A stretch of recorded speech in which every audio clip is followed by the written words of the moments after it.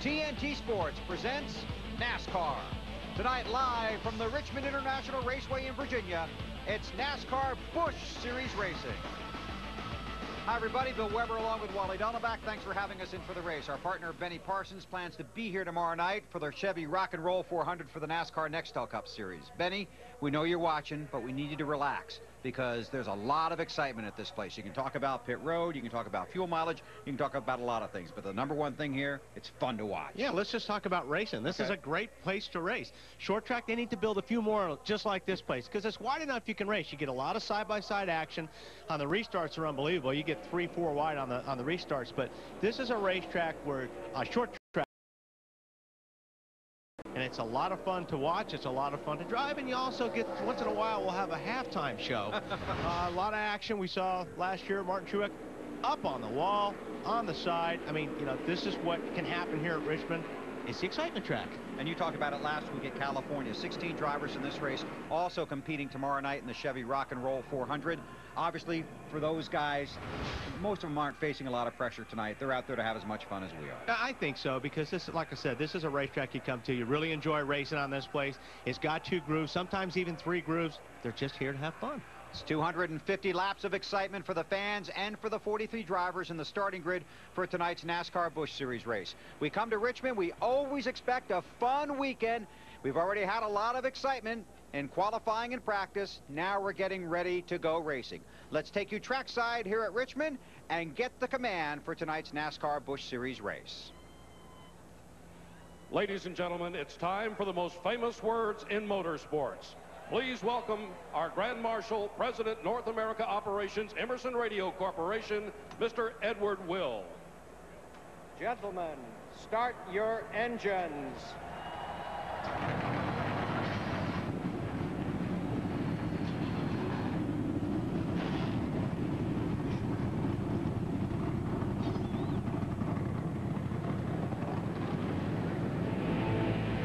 43 cars roar to life on pit road. Jeff Burton will lead them to the green flag, the starting grid, when we come back. NASCAR Busch Series Racing from Richmond on TNT is brought to you by Smooth Busch Beer and easy drinking Busch Light. Busch, proud sponsor of the NASCAR Busch Series. By Reese's Peanut Butter Cups with caramel. By AmeriQuest Mortgage, proud sponsor of the American Dream. And by Allstate, official insurance sponsor of NASCAR. Cars still sitting on pit road after roaring to life just a few moments ago. Here's the starting grid for tonight's Emerson 250 for the NASCAR Busch Series. Jeff Burton on the pole next to Ron Hornaday in the 33 car. Row 2 has Matt Kenseth and Denny Hamlin. Row 3, Kevin Harvick, and good qualifying run by Todd Cleaver. Drop back to row 4. There's Mike Skinner and Jason Leffler. Reed Sorensen is in row 5 next to Clint Bowyer. Carl Edwards in row 6 next to Dave Blaney. And we'll take you through the rest of the starting grid. You take a look at where your favorite driver might be starting, and Wally's going to jump on the radio and see if he can't get Hornaday. Hey, Ron, this is Wally up in the booth. You hear me? Got a copy, Wally. All right, Ron, this is right up your alley. Your kind of racetrack. You got a good starting position. You got a good race car. Got a real good race car. I got to thank all the guys on this Outdoor Channel Chevrolet. These guys are awesome. I mean, we just got to keep this thing, try to run in the top 10 all night. And I know the guys will do a great job in the pits and get us up here to run with these guys. Well, it should be fun to watch. Like I said, we'll have a lot of fun watching you on a short track. I don't want to mess up you getting your pit road speed, so good luck tonight. Get it, guys. Thanks.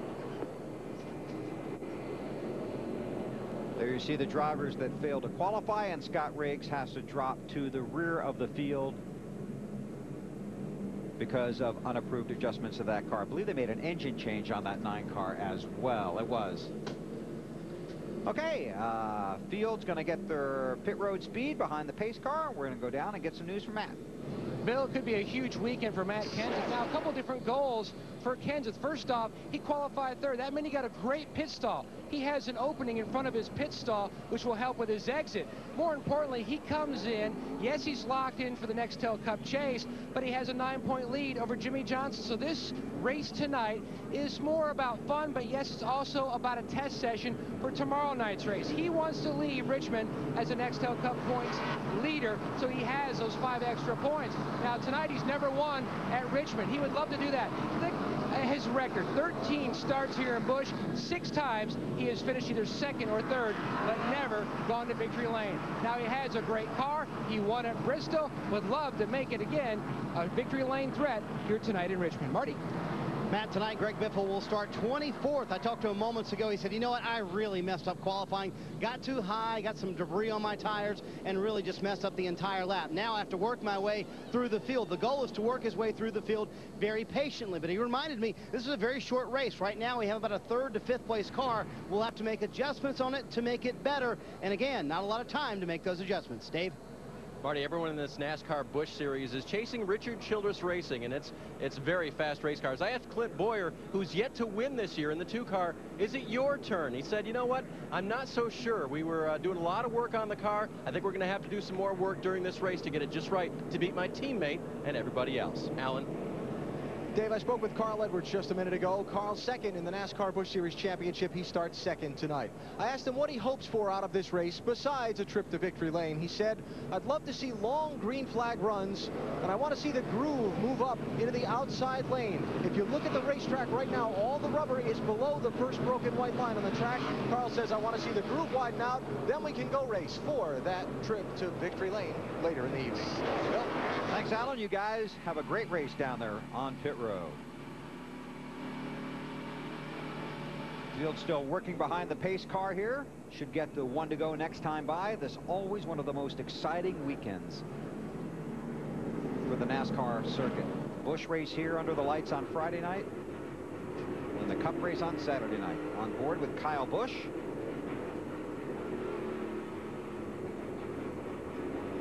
Clint Bowyer has an onboard camera tonight. Bowyer starts 10th. Kevin Harvick in the 5th position. Getting ready to go. Denny Hamlin on the pole tomorrow night for the NASCAR NEXTEL Cup race that will determine the field that will chase the championship. Just a beautiful night here in Richmond. There is the possibility of a shower, but that's supposed to move in later tonight, so hopefully we'll get this race in, get the rain out of the way, and then have a big day here tomorrow as well. And you can see from that shot, Jeff Burton's on board. They still have some safety workers and some vehicles on the racetrack. NASCAR NEXTEL Cup qualifying didn't end that long ago, so still trying to get the track in race condition.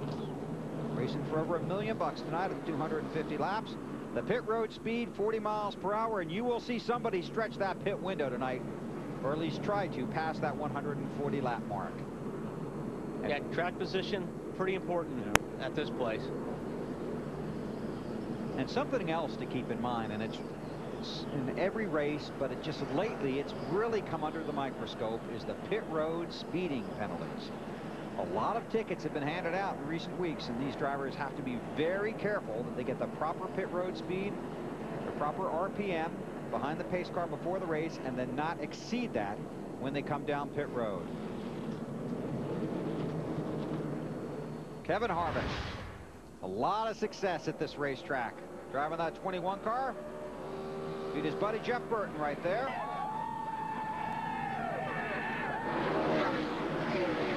And then got his 2nd straight win. Tonight chases his 3rd straight NASCAR Busch Series win at Richmond. And as the guys on pit road talked about in the garage area earlier today, everybody talking about the RCR cars. Harvick, Burton, and the extended RCR family in there as well. And it'll be interesting to see how Hornaday runs tonight as well.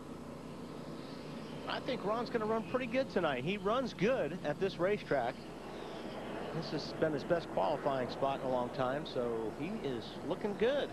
Starting outside the front row, the lights are out on the pace car. Field has gotten the 1 to go. Get the green when they come back. 250 lap here at Richmond, and it goes by in a hurry.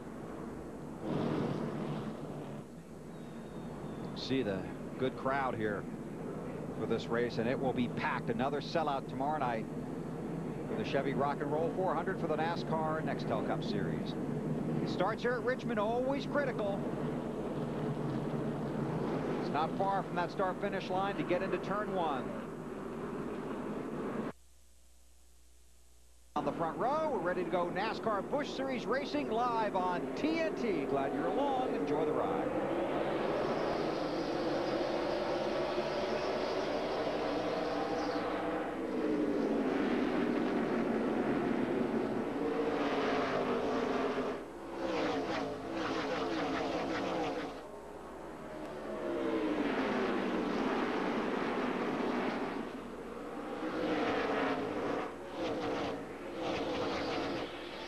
It's hanging tough on the outside. Burton's trying to push him up high in the racetrack, trying to get him in the marbles a little bit.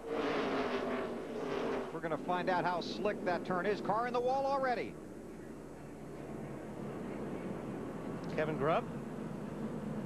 And it didn't take long.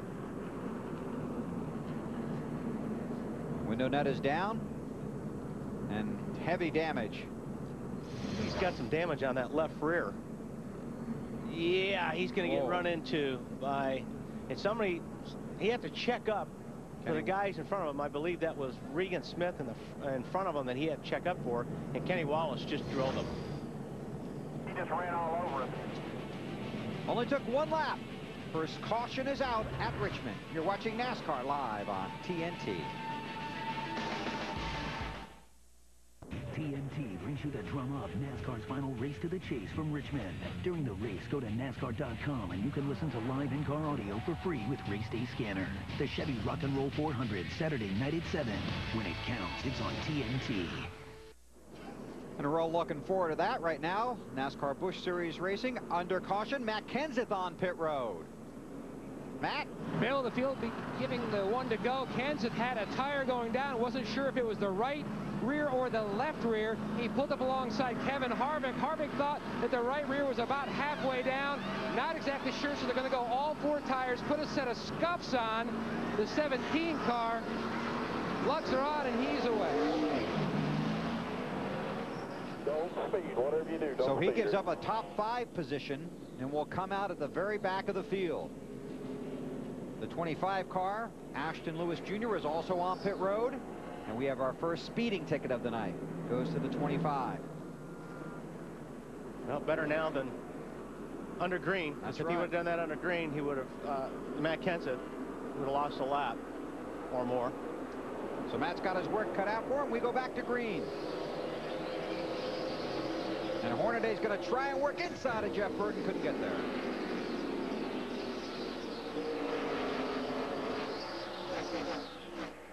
Hornaday is the type of driver that can really irritate you. Hornaday is the kind of guy, like you, Bill. Yes. You irritate a lot of people, and you're right. Now, what Ron will do is he'll look, he'll fake. He's getting past right now, but Harvick. But you're right. He's one of those guys that you're looking in the mirror and he'll just try to wear you out. Right. So now the 29 of Burton, the 21 of Harvick, then Hornaday. And that Denny Hamlin guy in fourth. He's from around here. Yes, he is.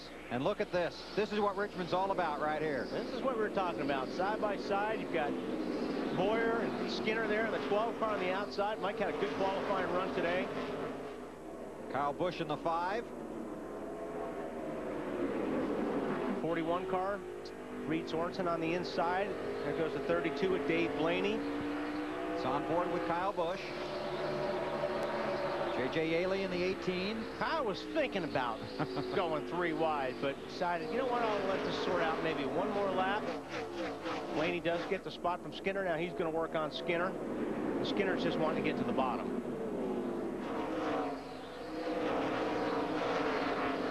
Busch takes the position, tries to pull away. More on the 5 from Dave. And a good day for Kyle Busch would be to move forward and not to stop. He doesn't know if he can beat the Richard Childress cars, but the car hasn't been that great. They're hoping to have hit on something for the start of this race and to keep making improvements and work Kyle up through the field. Yeah, you're going to be changing the car through the whole. Well, you only got so many pit stops to work with, and you've got to get it right. But definitely these next adjustments are going to be real important when these guys hit pit lane for their pit stop. Skinner's still on the outside, getting past. 88 of Huffman. Huffman is taking a look, trying to make that move. Shane's got a little bit on him going into one. But that's what we talked about. It's what's so cool about this place. It's a short track, and you can run side by side every single lap. There's a lot of room to do that. There's more of it. Sorensen and Bowyer. And you want to see this because you want that high groove to wear in. Exactly. There you see the... Well, I think that lead was just for points because Burton pulled over. Harvick led that lap. Got the bonus points like he needs them. and gave it right back to Burton. How about those teammates, AB? Yeah, as we check out a race between Denny Hamlin and Ron Hornaday, with Hamlin moving up a spot in that 20 car. When I rode around the track with Jeff Burton in the Corvette convertible before we came on the air, Bill, he was pointing out to me the racetrack. He said, look at that broken white line, the first one up on the speedway. He said, there's no rubber above that line. We need to see if we can work some of that in tonight. We need to see if the upper lane will come in. That'll help us for the NEXTEL Cup race tomorrow night. It'll also help us pass if we have to tonight. So Jeff Burton trying to keep an eye on nudging that groove out a little wider as this race goes on. Marty? Alan, meantime, his teammate Kevin Harvick wasn't so excited about going high line early. He said, you know what? I know that wasn't there in Cup Series practice. It never came in. I tried to run in my Cup Series car. It was way too loose, had no grip up there. So he's going to stick to the bottom line early in the racetrack and then try to move up later in the race. And you see Dave Blaney taking a spot away from the 2 car of Clint Bowyer. Blaney's got a good little ride tonight. Working his way up. He's in 8th spot right now. And he made that move to the inside where more of that grip is. Oh, I think this groove will move out by the time this race is over. Always does during the Busch races. Just gets once your tires go off, you start sliding higher and higher in the corners. You're going to work that groove in whether you want or not. Hornaday in 4th in the 33. Jason Leffler in the 38 wants it. Moves to the inside. This is off of 2, now down the backstretch. It's not going to be as easy as he thinks. No. Hornaday's tough to get by, although Leffler's got the car down on the bottom. We'll see if he can. You got to really be up next to the guy getting off a turn 2. If not, that guy coming on the high side 2 is going to have a little bit more momentum getting off the corner. You see Leffler ducks underneath, but then the 33 will just drive away getting off the corner. Dave, how about it? This is a good time for Ron Hornaday to experiment with that high line through the corners. He hasn't raced a NEXTEL Cup car here this weekend, so his crew reminded him the high line was coming in during the final practice for the Busch or for the NEXTEL Cup cars and during NEXTEL Cup qualifying. Ron said, I know that. Jason Leffler looks quicker right now. He's willing to concede the inside line on the outside just to see if he can make it work. Hornaday hanging on. Let's talk about turn 2 here. Is it more slick than the rest of the racetrack? Oh, I think it is. I think the way you have to have the car roll through the center. You get in the corner here, you roll through the center, and you want to jump on the gas. Now, if your car's a little bit tight, that wall comes at you in a hurry. And it's just hard to get off that corner. And if your car turns too well in the center, then it wants to get loose off of 2. So I think 2 is the hardest place to get grip sometimes. Jeff Burton, the race leader, 46 NASCAR Busch Series races here at Richmond, 27th at this 250-lap distance. Second caution of the evening is out for, yes, the 77 of Bernie Lamar. Turn 2, I believe, was the problem. Yes. Did I mention it's a little bit slippery over there? I think you said it could be. You see 4th on the screen, although he may have gotten a little bit of help. Ooh. By Mr. Jamie McMurray in the 64 car. And look, somebody's been there before.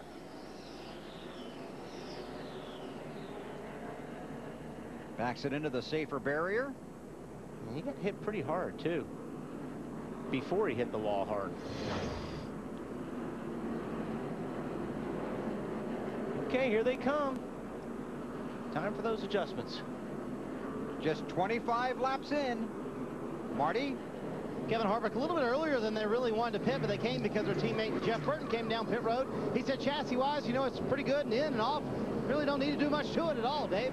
Denny Hamlin's car would only handle right if he could take a particular line on the racetrack. Tight race car. Wedge adjustment to help that. 4-tire change. Alan.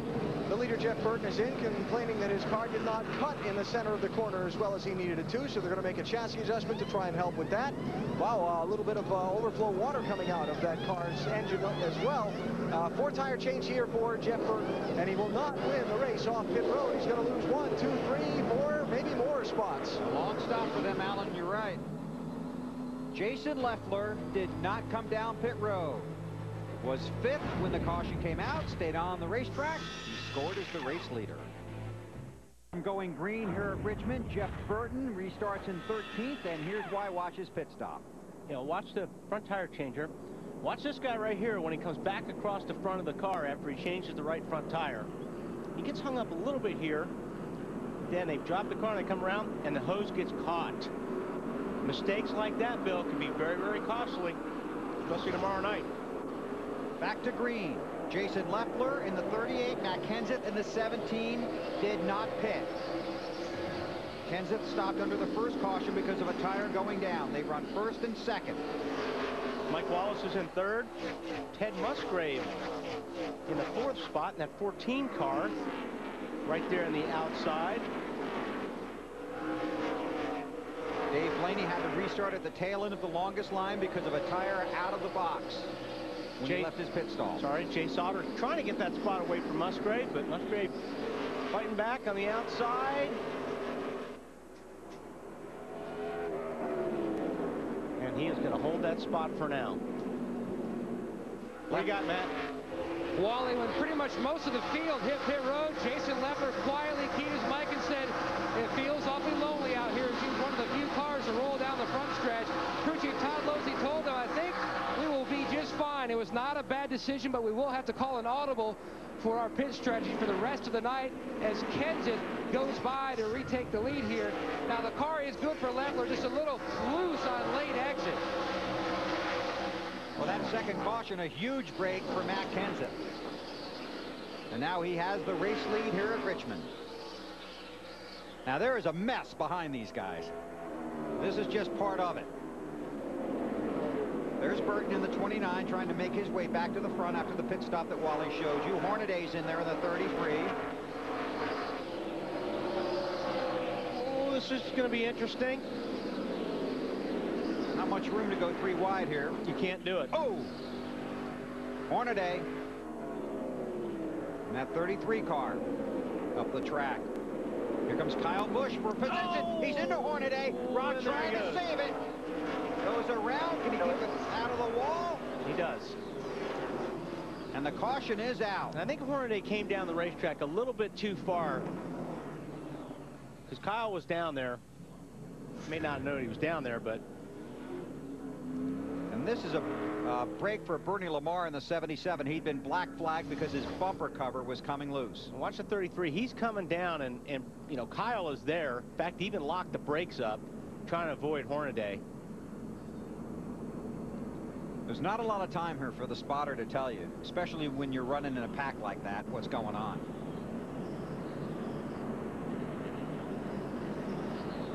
And now that right front fender is beat up pretty bad on that 5 car. We're going to have to keep an eye on that, see if it rubs on a restart. Our 3rd caution period of the race. Matt Kenseth is the race leader at Richmond live on TNT.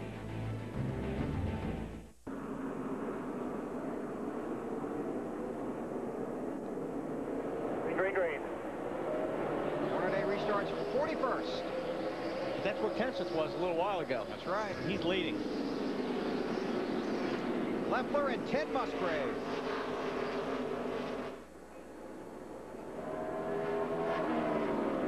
Here comes Harvick. Side of Sauter.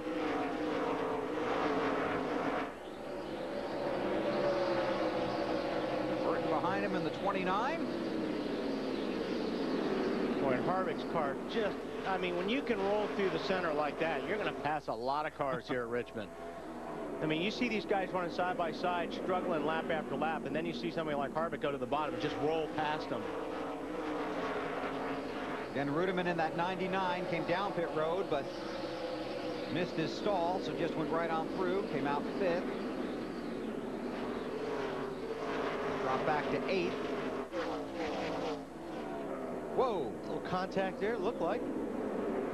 It's J.J. Yaley in the 18. Whoa! A little more contact right there. Yaley got into the back of the 99 there, I believe. Ruderman got him a little bit sideways, stacked everything up behind him.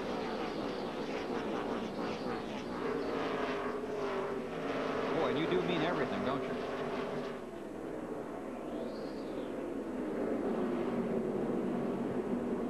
Marty, you got the 99 tonight?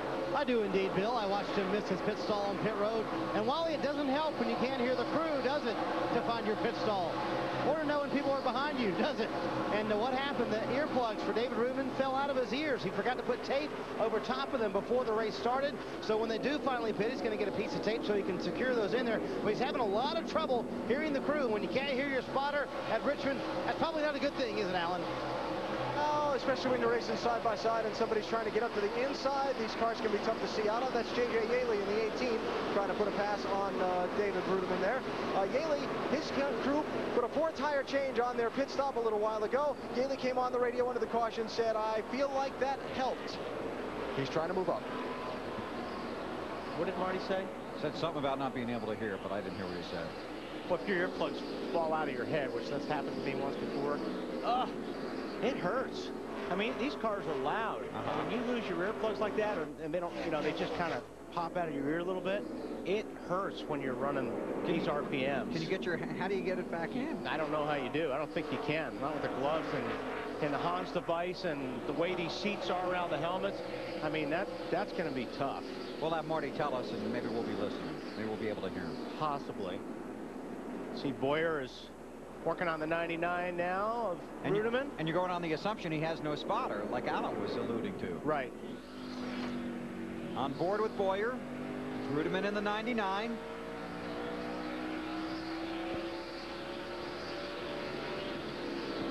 He knows he's under them now. He doesn't need a spotter right now. But Bowyer takes the position. Back up front, Kevin Harvick looking inside of Matt Kenseth. Not even a contest, I'm telling you. 21 car is on rails again. Oh, we got somebody way sideways coming off before the 90 car.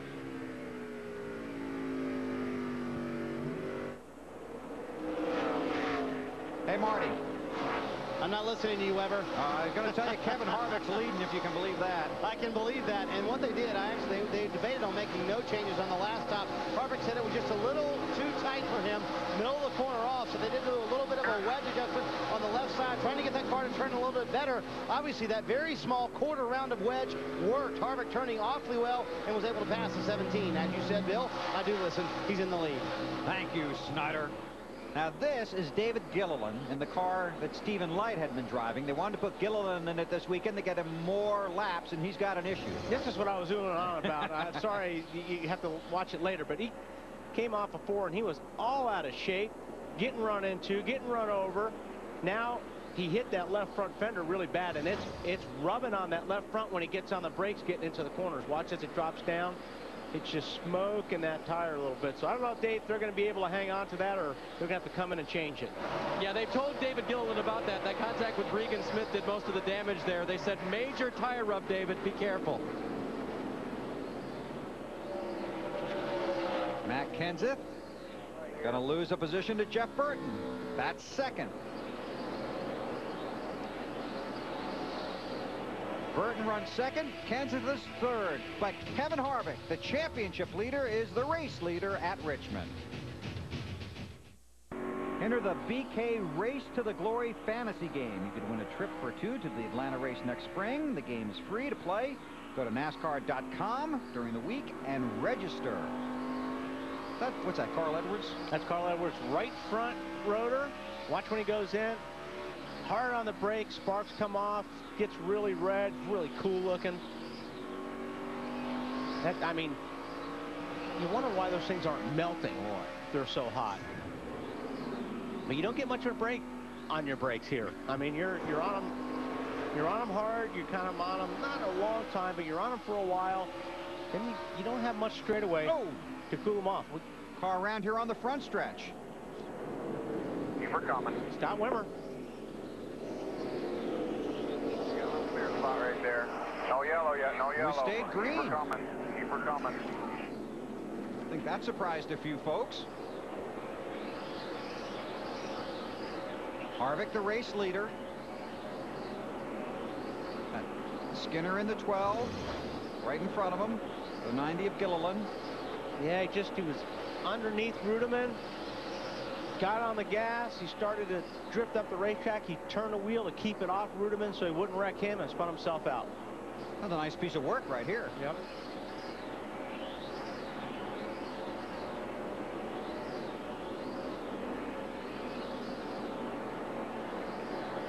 Gets it pointed in the right direction. Right under the flag stand. And now the caution is out for debris in turn 2. Well, this will put some of these teams in an interesting situation. Skinner dodged a bullet there.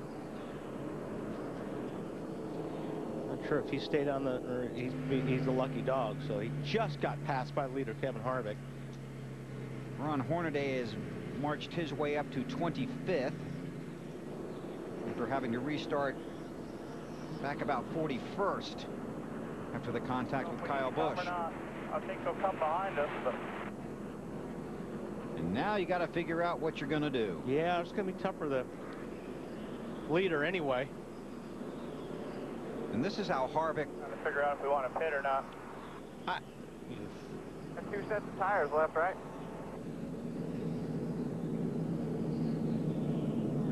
Tire sets are limited in the NASCAR Busch Series, but this is what cost Harvick the race here in the spring. Their pit strategy. He stayed out, everybody behind him came and got tires, and Dale Earnhardt Jr. raced on to the win. I think he would stay out here. Whatever Harvick does, the other guys are going to do. Yeah. I mean, a lot of the guys are going to come in. If, like you say, you are limited. Them all stacking up behind you to come in. Or they're trying to make you believe they're coming in.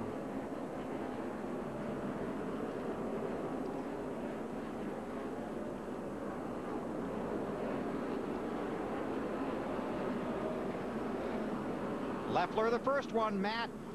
Bill, he stayed out when most of the leaders pitted. The 17 of Kenseth, he was waiting to see what the leaders did. He stayed out. Leffler's car just losing the handle. Tight on entry. Desperately loose on exit. Needs grip.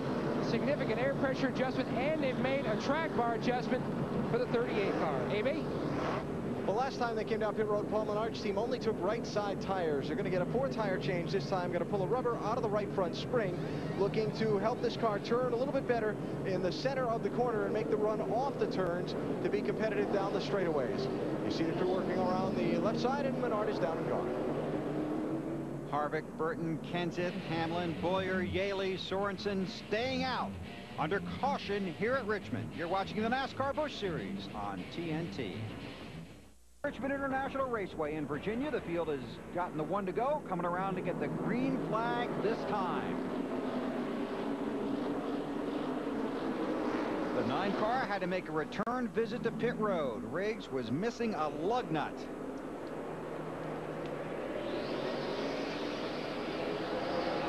So now we're on 2 different strategies. The guys that just stopped and the guys that stopped about 30 laps earlier.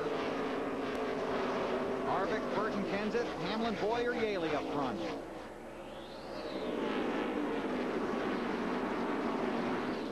"36 cars on the lead lap.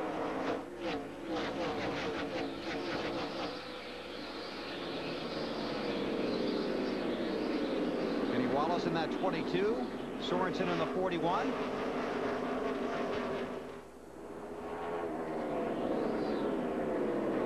Yep, Kenny is 1 lap down. 22 car, he's in 39th spot. Trying to get up there to be the first car lap down, so if you get the lucky dog at the yellow work to come out. And he's thinking about making it 3 wide. That's difficult to do down there. Or bring the yellow out himself.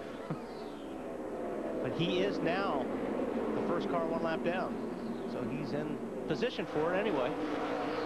And as we watch this, going back to that camera, looking at Carl's brakes, that's not necessarily something to be concerned about tonight, but another issue we'll have to watch for tomorrow night in a 400-lap race here. Absolutely. The race is a little bit longer tomorrow night, and can abuse the brakes.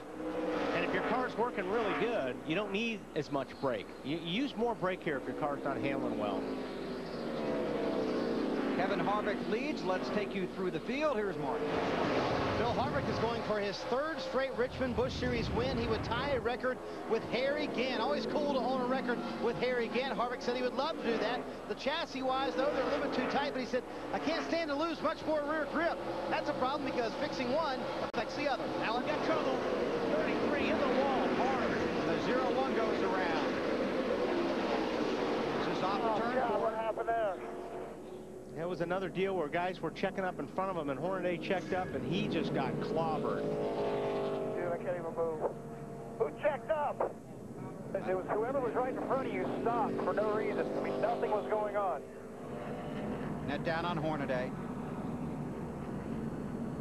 Jay Sauter in the 0-1.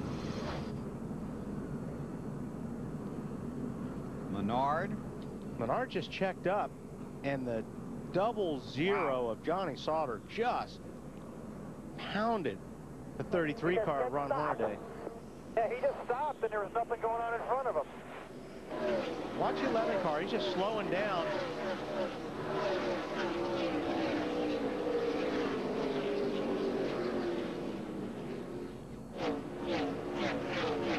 Here's what happened, guys.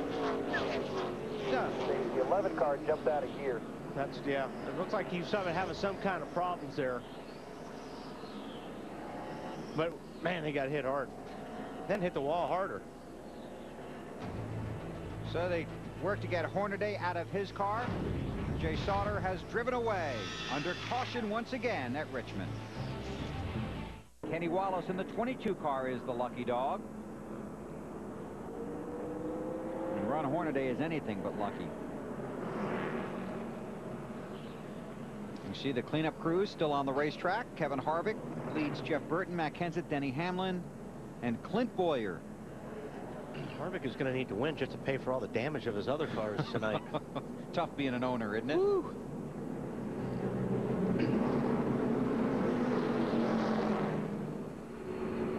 Field still behind the pace car.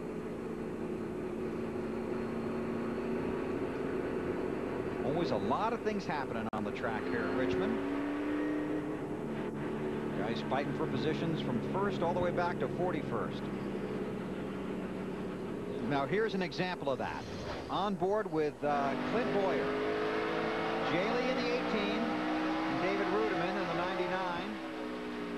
And here comes another little bump. So I don't think Jaley was happy with the 99 and let him know it. Then he got loose again. Allen.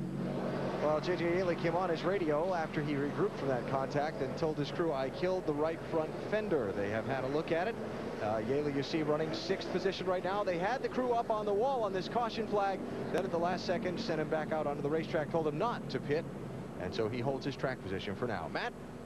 And Alan, we've caught up with Ron Hornaday just walking out of the Infield Care Center. You look okay, Ron, but boy, what a hard hit. That's a shame for Wally and the guys in the Outdoor Channel car.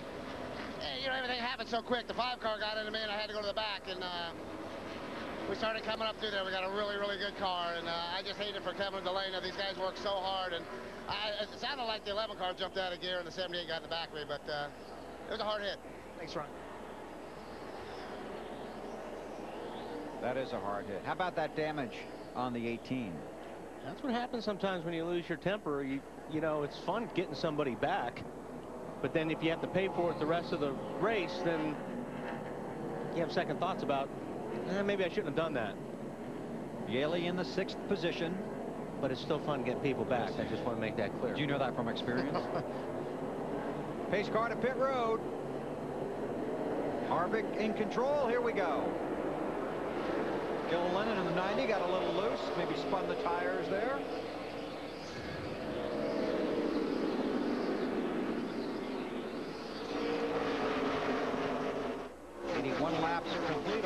5 caution flags.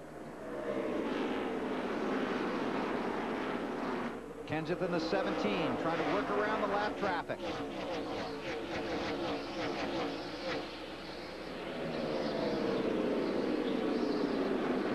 One car, Jay Sauter, he got a piece of that wreck with Horn today. Doesn't look like, he just looked like he got spun around. He didn't really hit anything. Jay's back in the 37th spot, 1 lap down.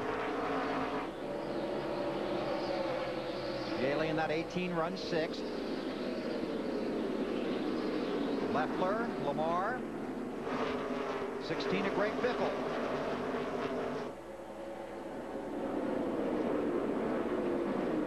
A lot of shoving going on right now. Blaney in the 32. Whoa, a little bit sideways there. Getting off the corner for Jerry Robertson. Blaney goes underneath him. John Andretti goes above him. Just can't get over the rookie stripe on the back of Andretti's car. I'm not sure anybody really thinks he's a rookie, but got to go by the rules, though. Yeah, rules are rules. Yeah. Not that you ever did. They're made to be broken.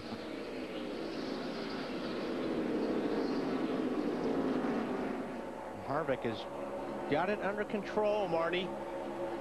Yes, he does, Wally, and Harvick's got it out front, trying to win his 3rd straight Richmond race, as we said earlier. Car just a little bit too tight from the middle of the corner off. He would like for it to turn a little bit better, but so far, he's been able to keep his teammate behind him. Alan?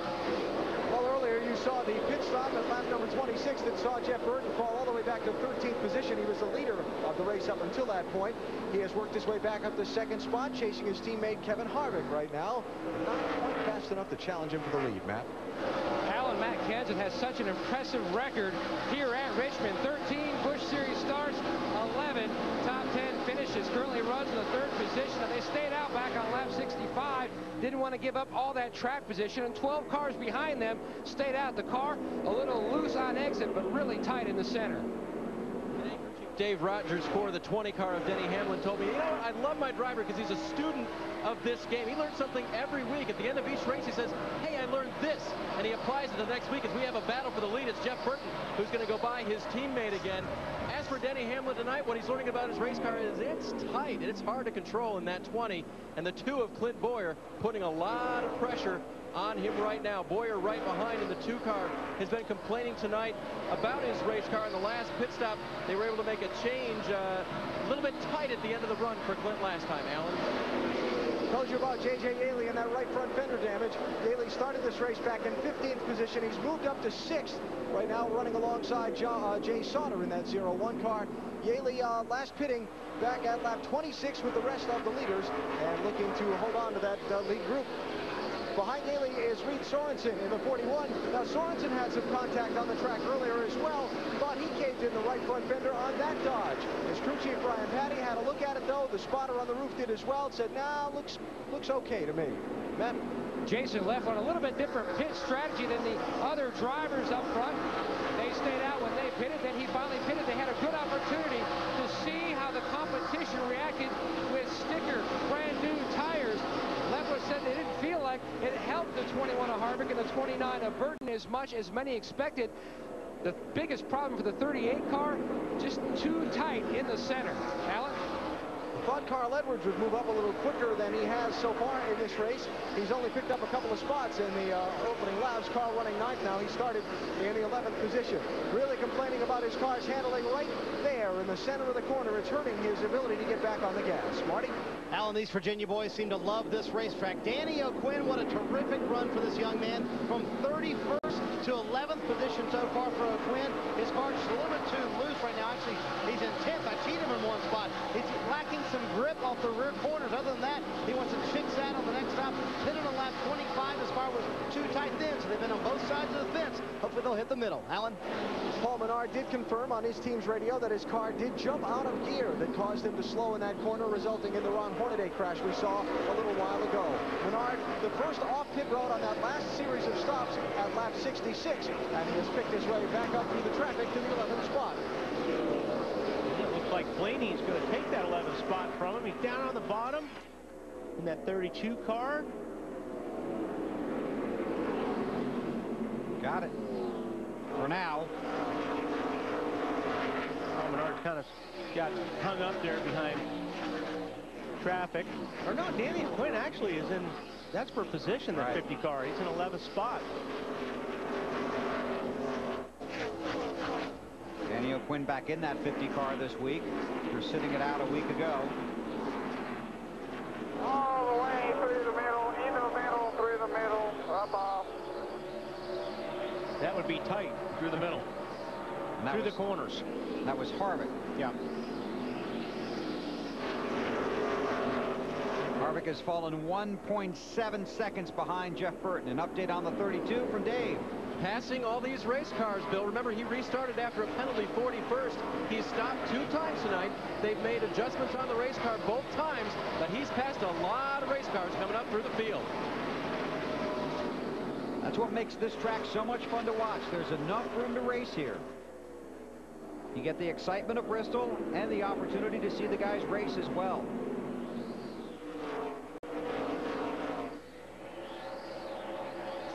Jeff Burton's last 4 finishes here. Oh, how about 2nd, 3rd, 9th, and 1st? And he leads tonight. A sudden turn of events for Jeff Burton, who was the race leader here in Richmond International Raceway. A flat right front tire. He's just come down pit road, got right side tires only, and gone back onto the racetrack. He was the leader. He's not now. Balls he almost got in the middle of a wreck. Sure did. Carl Edwards was big time sideways off the corner. I think he had some help on that, but and Burton is not even the lead or the first car a lap down. He's got to get by Jay Sauter in the 01 car. Burton now 36th, from 1st to 36th. This is the battle for 2nd. Hamlin is 2nd, Leffler 3rd.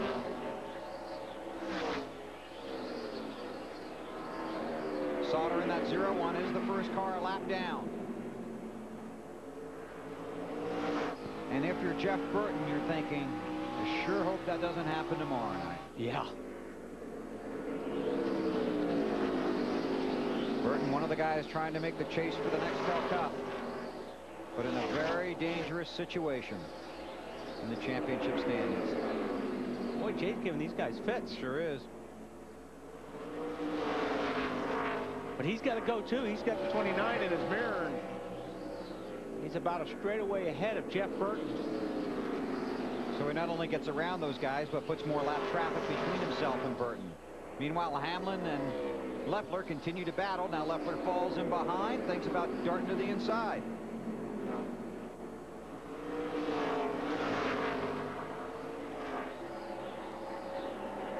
Fall back and find the 29 car. There's Burton. So he's got a lot of work to do. 36th, 2nd car 1 lap down.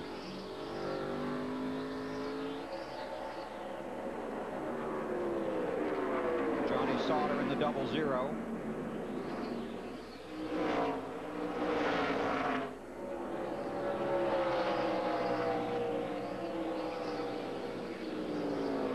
See if Burton can march his way back to the front. An update on the 29 of Burton from Allen. Well, Bill, just to kind of give some pictures to what you were talking about tomorrow night. You see, trouble on the track. Caution is out. There's Ashton Lewis Jr. in the 25. The 72 car, Stanton Barrett. And I think the 19 was involved in that as well. Amarola. Here, it's not messed up. But the front is.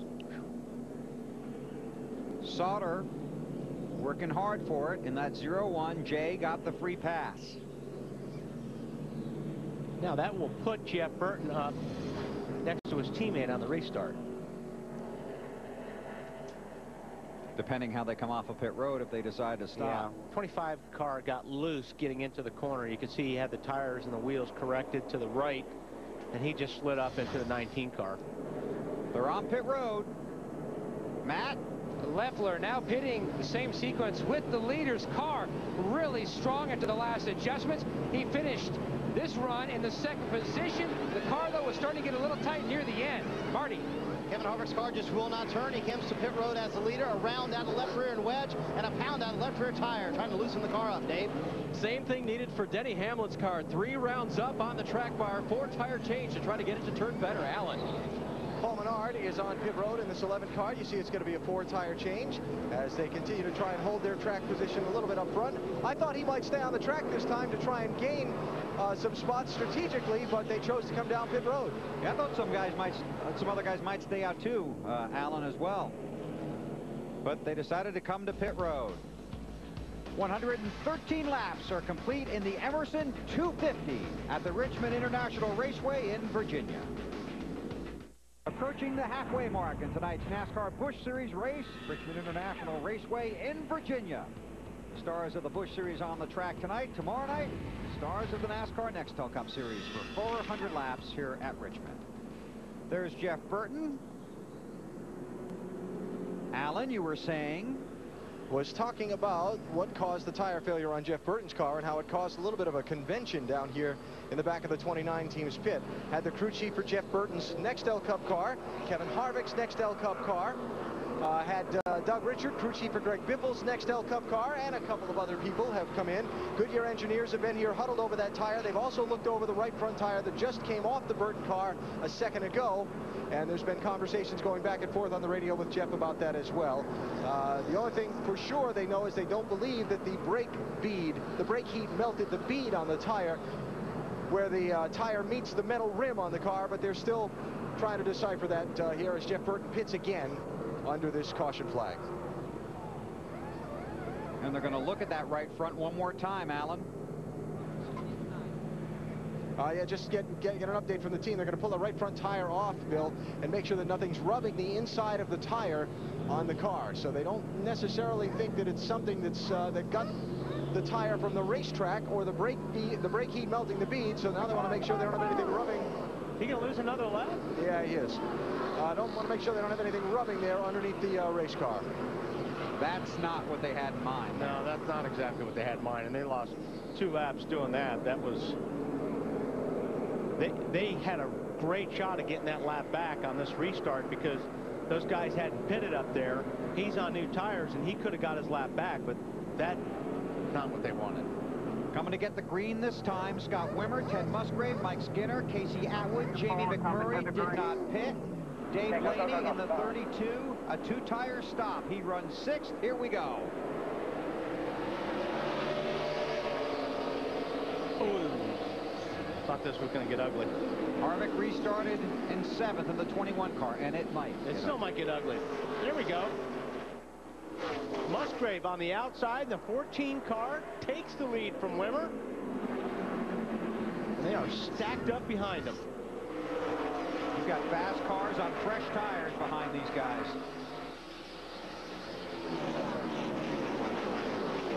Harvick's one of them. There's Harvick in the 21. Jeff Burton has scored 39th, 2 laps down. That's Skinner right there in front of the 21 car of Harvick. Harvick is going to pass him. This is for 3rd. And Harvick's going to pretty much pick these guys off fairly easy. If he's patient, it's not going to be too tough. Marty. Well, as you can imagine, Kevin Harvick is keenly aware of what happened to Jeff Burton as Denny Hamlin scrapes the wall a little bit. He is very concerned about that because they're running the same air pressures. And Wally, when your teammates run the same air pressures as you and they have a tire go down, that raises your eyebrows a little bit, doesn't it? Yeah, well, the thing that I don't understand is Jeff had been out there for a while. So, Bernie Lamar is around again. And the caution flag is out.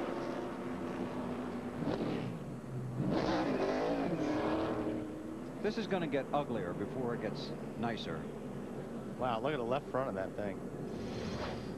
Okay, now watch Denny Hamlin, the 20 car, right in the center of your screen there. I think Denny just gets up a little bit too high, gets a little bit loose, maybe gets in the marbles.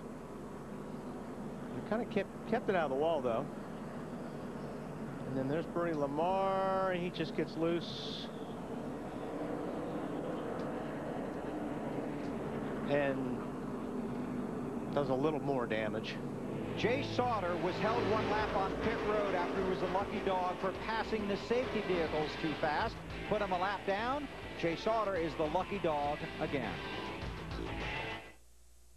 A lap from going green, Brass Eagle, the world leader in paintball equipment, is offering a VIP NEXTEL Cup race weekend sweepstakes. Visit brasseagle.com/TNT for more details. Going back to green, Ted Musgrave, the race leader. All right, green flag. And he's trucking. Had to get that in. Yeah, sorry. He's coming. He better get in while he can, because Harvick is sitting there in third spot right now. And we heard from pit road that Wimmer had told Harvick, be careful on the restart because I'm not very good. And meanwhile, Jeff Burton, we can tell you right now, taking his car behind the wall back to the NASCAR Busch Series garage area. They want to find out what caused that. 90 car, David Gillen there. He's a lap down. He's trying to get a lap back. You better hurry. That Harvick guy's right there again. To second, past Wimmer.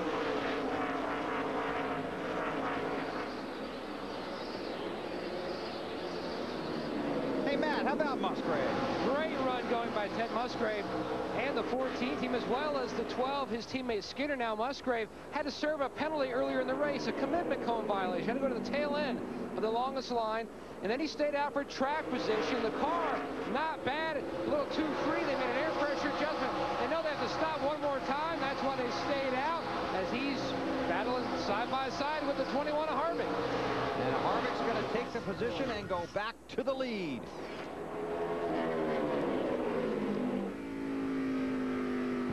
Marty. Bill, now he has the lead. He's out front. He has a car that will not turn as well as he would have liked. Another There you go. Another caution. Sorry, Marty. Every time we go to Marty, something happens. Let's not go to Marty anymore. And it's happened during the race, too. That's David Gilliland. He was trying to get that lap back. He's racing hard. Again, he's in that car because Doug Yates was talking in the garage area this morning. They want to get David some more laps. It's tough to take a 19-year-old and tell him, Stephen Light, that you're not going to race at Richmond, but they want to get Gilliland the laps. And Jason Leffler gave him an added lap. And a lot of traffic coming from behind. And the caution is out again. Our 7th caution period of the race, and we're just past halfway. Flag is out. Go back to racing at Richmond after our 8th caution of the night. Kevin Harvick is the race leader. Ted Musgrave in that 14 right behind him. Kyle Busch in the 5 car takes a spot from Leffler. Now he's working on Wimmer. He'll be 3rd when he crosses the stripe. How'd you know that? You were right.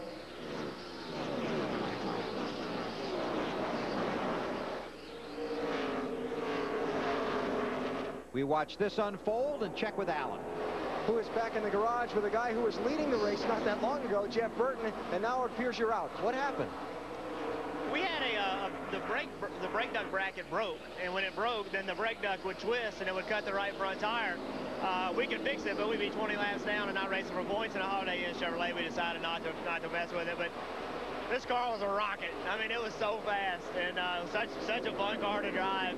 I hate that happened, but you know, that's the way stuff goes sometimes. Speed wasn't going to be an issue, that's for sure. All right, good luck tomorrow. That's tough for Burton. Is that Leffler passing Tom back again? Got it back. Wimmer's right there. Blaney in the 32.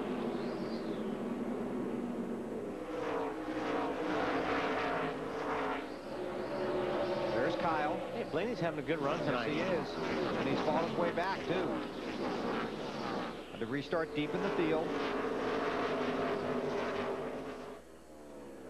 Dave, you got a couple stories for us.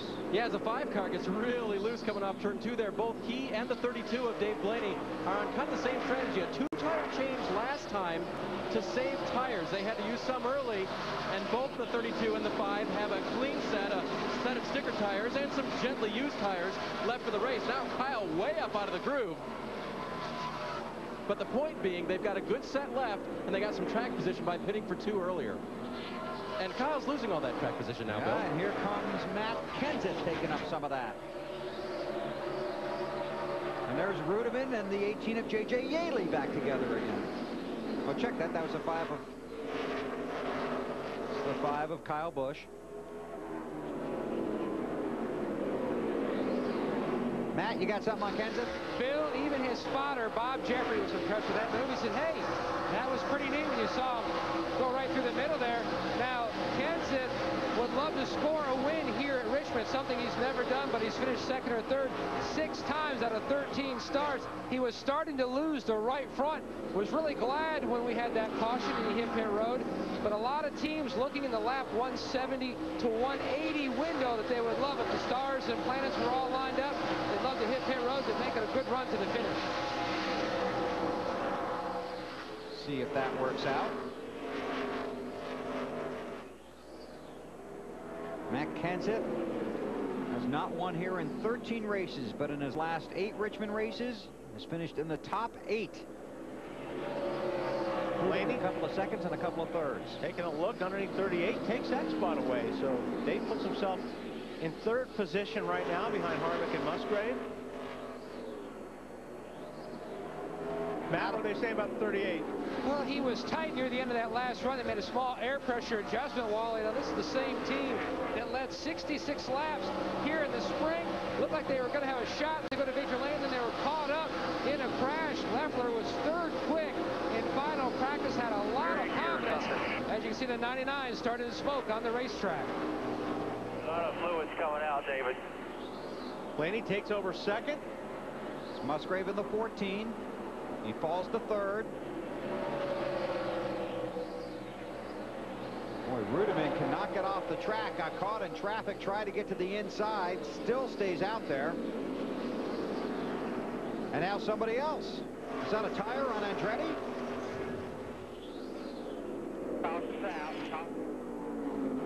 And now the caution flag is out. I left front fender. I hit that 12. He hit the 12 of Skinner with the left front fender onto the left front tire. So Rudeman with problems. Definitely in the front. I don't know what. Or something's going on. I'm coming to you this time. Y'all be careful. Stanton Barrett in the 72 is the lucky dog.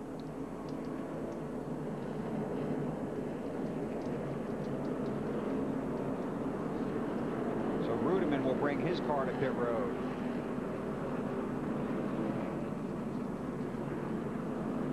And here comes Ted Musgrave. Gives up 3rd place. Uh-oh. And pit road was closed.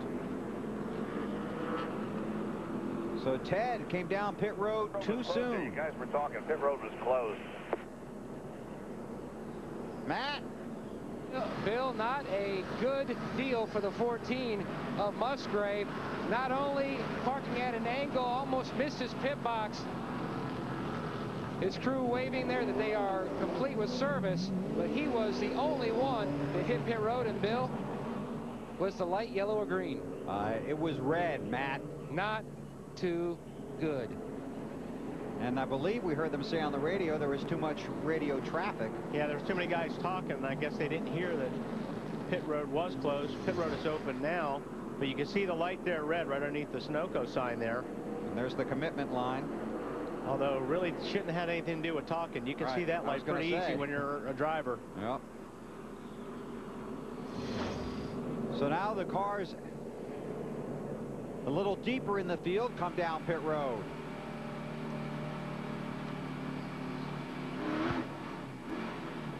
Allen Well, Carl Edwards has really not been very pleased with the way his car's been driving most of the night. They are going to make the tire change here, and they're going to add some cross weight in the left rear. You see the wedge, the wedge wrench, easy for me to say, being twisted there. Carl, not really a threat to run up front and lead this thing in it at all in this race, and at a place where he runs so well, he thought he would be. So hoping to see if they can not only beef up this car's handling, but maybe stay out when the other guys pit later and get him some track position. 102 laps to go. We'll see how it all plays out. The usual wackiness at Richmond, our 9th caution of the night. Race recap, the flyover. Always exciting at Richmond, and 43 guys taking the green. Bernie Lamar going around and into the wall. The first of a couple for Bernie. And Kyle Busch got together with Ron Hornaday. Looks like Hornaday pinched him down a little bit there. Yeah, and Hornaday hits the wall hard coming out of 4 after Paul Menard's car jumped out of gear. Everybody checked up. Jeff Burton, flat right front tire. They never could quite figure it out. There's our Bernie Lamar encore. And our Holiday Inn race recap should also include that the Holiday Inn car went to the garage. Jeff Burton out of the race. Kevin Harvick, the race leader, and Dave Blaney, who has been charging through the field, in second. Kenseth in third. 99 to go. Kenseth gets underneath the 32. Blaney trying to take second spot away. Boy, Blaney will race him hard here, too.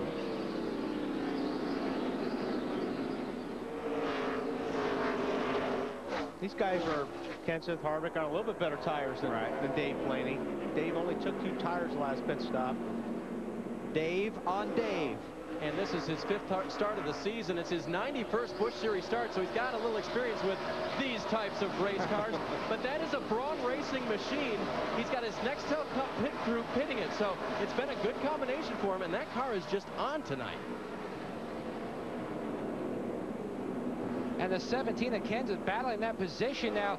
They're hoping that anywhere from lap 180 on, a caution comes out. They would like to hit pit road and make their last stop, so that way they don't have new tires on too early. And that's the same game plan for the 38 of Leffler. So those guys want to get a little deeper into the race before they make their final scheduled stop. The question is, will there be a caution? I'm thinking probably. Yeah, I would think so. On board with Harvick. Leads by 1.1 seconds over Kenseth. Blaney in third, then Leffler and Paul Menard the top 5. Marty with an ad on Harvick. I know how to bring out a caution, Bill. I'll just talk. It won't be the first time. I know. Thank you very much. Harvick has been dealing with his biggest problem are his brakes going into the corner. He says he has a bad vibration. Now, he helped that vibration a little bit by dialing in 2 rounds of rear brake. That also helped the chassis. The car was tight. When you dial in rear brake, that makes the car just a little bit looser. Harvick says the brake issue's a little bit better, but not much. Yeah, sometimes if you have a lot of heat on the front, which it sounds like he did on the front brakes, you'll get a little bit of a warp. You'll start warping those front rotors, and that's where your vibration comes in. So that could be the possibility. That could be the problem that Harvick's got with that car. He took some brake out of the front, put it to the rear, so he's not using the fronts as much. So maybe that helped the vibration a little bit. You saw that 50 of Danny O'Quinn. He's in 8th. Kurt Busch back to 9th, or Kyle Busch rather, back to 9th. Johnny Sauter in 10th. There's Bowyer and J.J. Yaley, and that's for the 6th spot.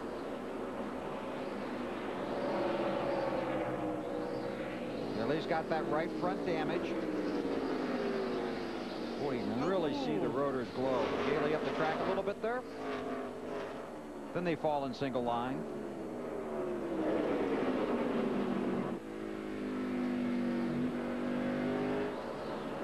There's Carl Edwards in the 60 car. There's his rotors. Watch as he goes down in. Gets on hard. They'll really start to glow here. So somewhere under there is what went wrong with Burton's car, right? It's really hard to see. Especially if you draw. Yeah, no, it's going to be really ugly. But see, these are the hoses right here that are coming off the nose that cool the rotor. And then there's like a carbon fiber piece right in here that's right along the rotor that the air is pushing the air through. And what happened was, it sounds like what Jeff said, is that thing broke off. And if it broke off somehow, then when you turn the car, that's all really, the clearance-wise, is very close to the tires anyway. So if that broke off or any of the hoses come loose or anything, what's going to happen is when you turn the tire, it's going to turn right on top of the hose or that piece of carbon fiber that the hoses are running the air through. If that happens, you're going to easily cut the inside of the tire. There's a lot of stuff down in there. There's a lot of stuff in a small area. But as you can see how hot these rotors get, you need to pump as much air to them as possible to try to keep them cool enough to where they'll last the whole race. Edwards gets the 17th position from Scott Riggs. Everybody chasing Kevin Harvick, who's out front. A 2-second lead over Matt Kenseth. Dave Blaney runs third. Kevin Harvick going for his 3rd straight win at Richmond. Have a need for speed? Win big in the Zantac Need for Speed Instant Win Game. Win a 2007 Ford Mustang, a trip for 2 to Talladega Superspeedway, and meet AmeriQuest racing driver Greg Biffle. The Zantac Need for Speed Instant Win Game. Look for specially marked packages for details. Kevin Harvick continues to run out front, 1.7 seconds in front of Matt Kenseth. Then it's Clint Bowyer, Dave Blaney, and Paul Menard, the top 5.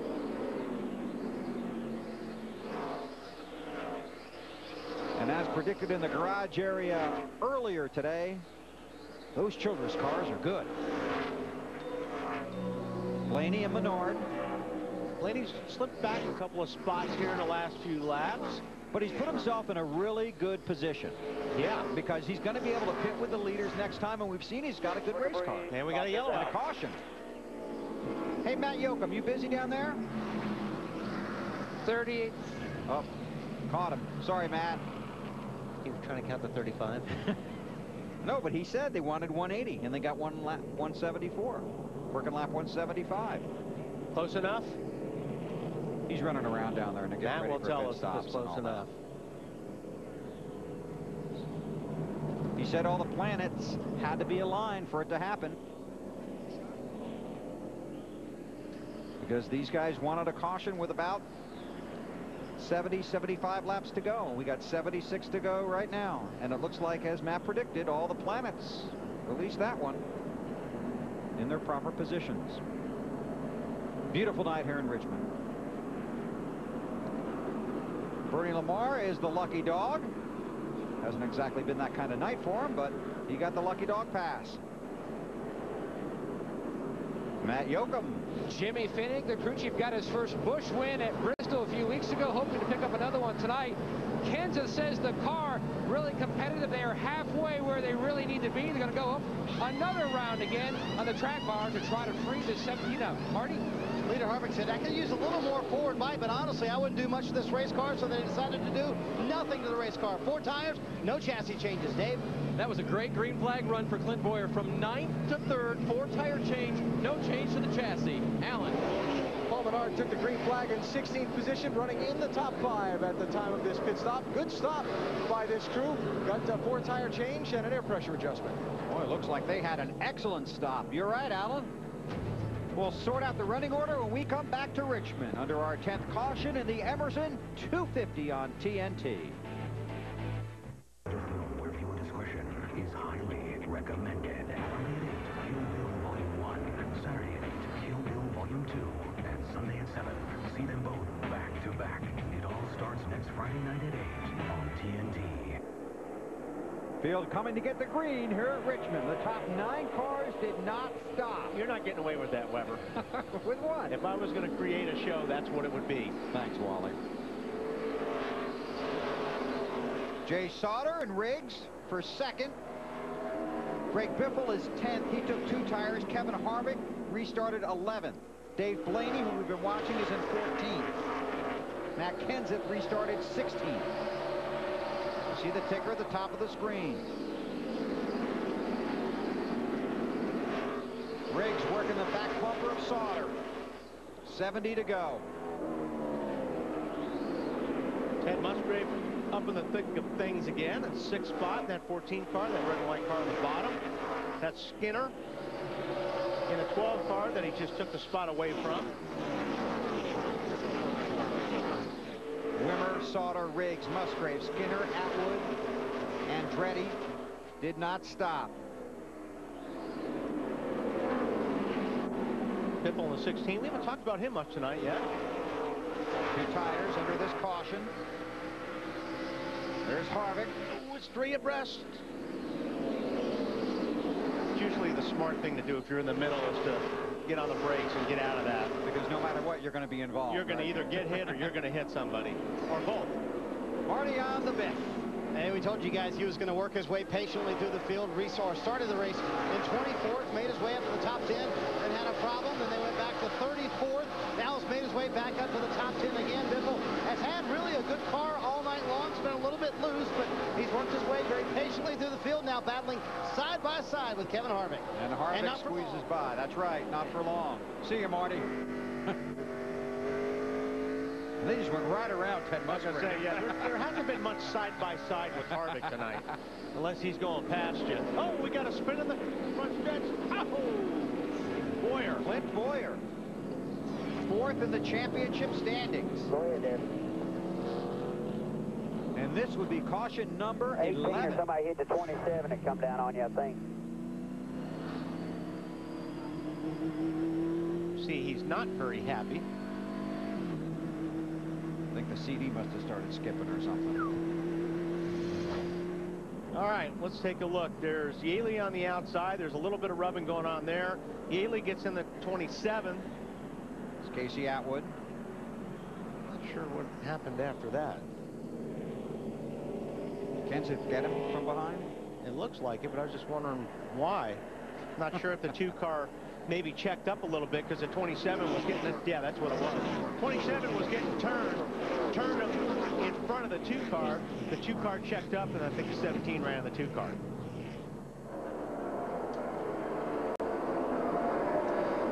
I don't know. 27 came down pretty hard on the 2-car. Let's go on board with Bowyer. Stanton Barrett is the lucky dog. Okay, watch the 27. To your right. He gets turned right across in front of him.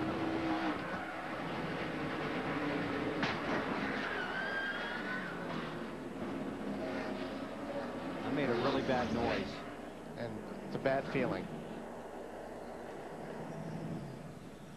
So Clint Bowyer, obviously disappointed, sits in his car. Currently 4th in the championship standings. We're under caution at Richmond. Running at the end of 53 consecutive races. Right now, he is scored as off the track.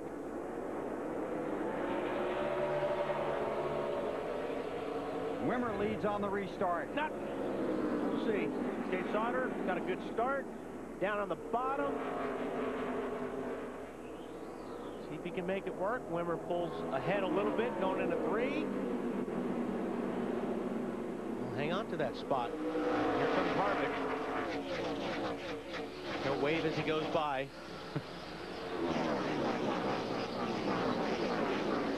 To second. On his way to first. Marty. Scott Wimmer's going to do all he can to hold Kevin Harvick behind him, but on the restarts, Wimmer's car just will not go. He says the motor will not pull. He's doing the best he can, but he's going to have a hard time holding that 21 behind him. Join the club. See ya. Tell you what, I'd want to be the sponsor on his back bumper because you're seeing a lot of that tonight.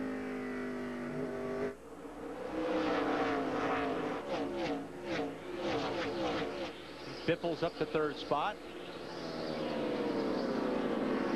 Menard runs 4th.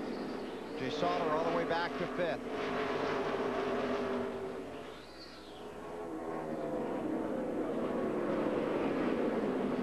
Blaney up to the 8th position. There's Sauter and Ted Musgrave. And that 14 car tonight. tonight. And Blaney right behind him. And Blaney has a fast car and wants to go.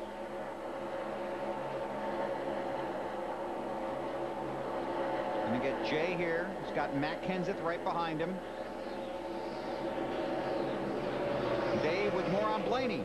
And here's a big question on that last stop. They didn't make any changes to the race car to try to keep up with the racetrack, to try to make sure that they weren't off in some way. They left it just the way it was. 4 fresh tires, no changes for Blaney. We'll see if that car continues to be one of the fastest on the track. This is the battle for second, Wimmer and the 16 of Biffle. And naturally you wonder about that because the car looked to be so good with just 2 tires. You really want to just put 4 on it and see what happens. You would think. I mean, obviously they had to put 4 tires on. They got to put lefts on there one of these days. But you might be afraid to make a chassis adjustment because it was running so well. See how that works out for Blaney. Biffle and Wimmer.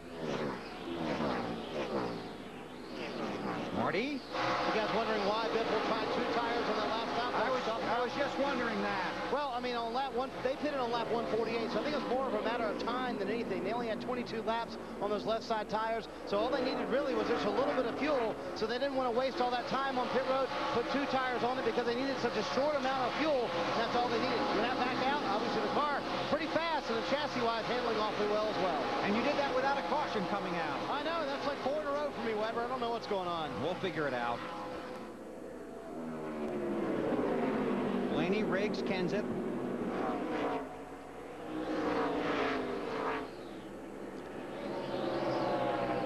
Matt Kenseth wants to get around Scott Riggs.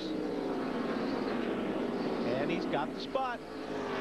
You watch this and check with Dave. In the 2 garage area, and I checked with Clint Bowyer, asked him if he wanted to talk to us at all, and he said no. You know, he just kind of said it. What is there to say? The guys are working on the car. Bill, you mentioned how long it's been since these guys have fallen out of a race. They're going to try to repair this car. Lots of big parts going on the 2 car, and they will try to put Clint back in it, but very upset about what happened out there. He had a very strong race car. And he's had a couple of these in recent weeks, Dave, and that makes you even more frustrated. And you know, while nobody's going to catch Harvick, you certainly want to finish, if not second, in the top 5 in the Busch Series points. And no, that's really true, Bill. And consider this: when they started this race, they made a big change to this race car. They were very tight earlier in the day, and they took a big swing at it to loosen it up. And Dan Deringhoff, the crew chief, told me, hey, we hit it. We're actually surprised it's as good as it is. They made a great call, and now they're out of the race. That's tough racing luck at Richmond, and we could see some of that tomorrow night. Kevin Harvick leads Greg Biffle by about a second with just 49 laps to go at Richmond. Under caution here at Richmond, our 12th caution brought out by Jerry Robertson. Jerry, are you going to get hit? Oh, my.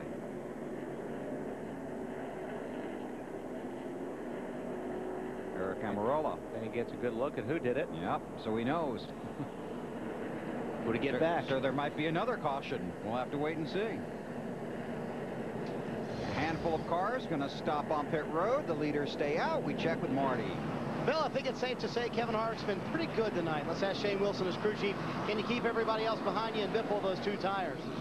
Yeah, I mean, there's a few good cars behind us. They've been good all night, but as long as, you know, the car stays good on this run like it has all night, hopefully we'll be able to handle them. The Coast Guard Chevrolet's been good.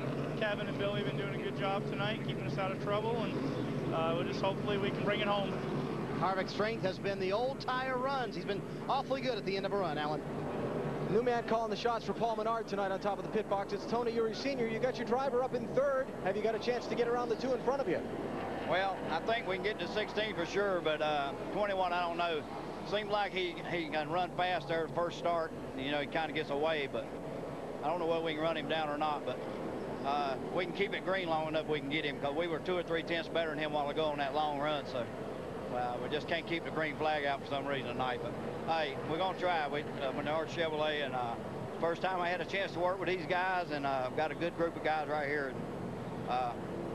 We'd like to go over and spray a little champagne here in a little bit if we can. All right, let's see if you get a chance in a little while. Dave? And checking in now, the 32 crew chief, Trent Owens. Everyone was talking about having to beat Richard Childress Racing and Matt Kenseth, and then you guys show up with Dave Blaney in a pretty good race car, Trent. Yeah, you know, everything's been going real well. We put this deal together, run part-time with Blaney in a few races, and so far, me and him's done a good job. We've had some good runs, but looks like tonight we're in for a top 5 finish if everything goes as planned. We had to use our set of tires up when we didn't want to. Now we got our last set on. The caution's kind of played in our favor, so what a seal we got. We don't have much for the 21, but second and third would sure be nice. The hardest thing for Dave tonight is the 22 car is pitted right in front of him. They have to keep reminding him, Dave, you're in the 32 tonight. Don't stop too early. Matt? Dave back on lap 200. The 17 team moved in the 6th position. Jimmy, is the car gone tight again? Yeah, this set of tires in up a little bit too tight. Matt's doing a great job, you know, out there where he kind of been messing them up in the pits here pretty bad, but that last set of tires just way too tight, so see what we get out of it. Of the cars that pitted, they lost 5 spots on pit road. He says the car just way too tight in the center of the corner. Bill? Thanks, guys. There have been 12 caution periods tonight. The record here at Richmond, 14. They had 13 in the spring race here. 40 laps to go. And Tony Sr. said it the best. We got something for the 16, but I don't think you're going to get that 21. I think everybody realizes that.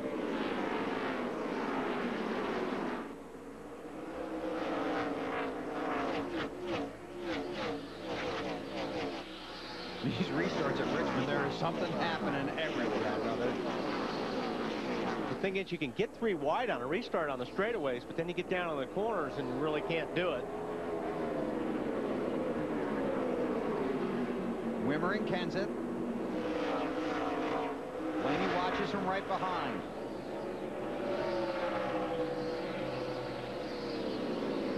This is for 4th.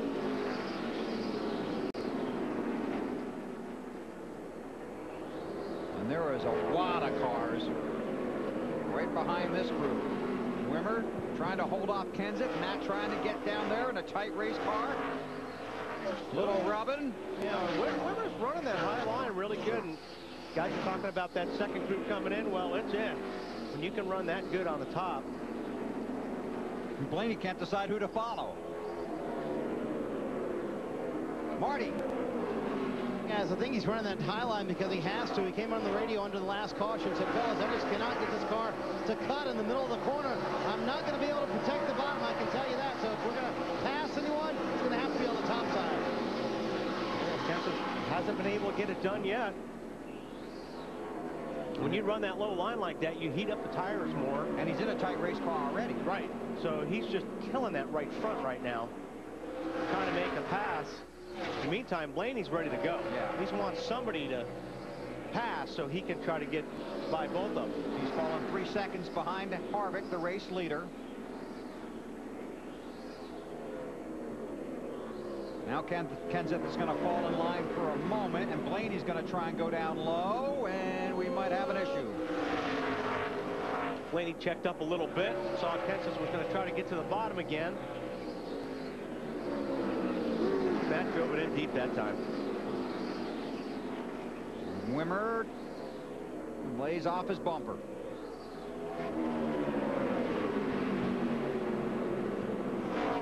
Now here comes Reed Sorensen.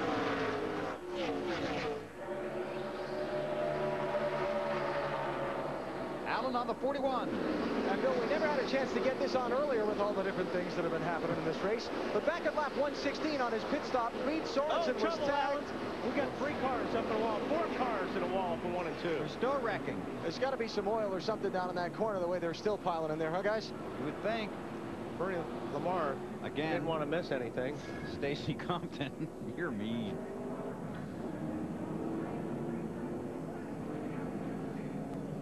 '36 car. Timmy Sauter. All right, let's see if we can see what happens. 36 turns to 59. Stacy Compton. 36 then collects the 06. Todd Cleaver.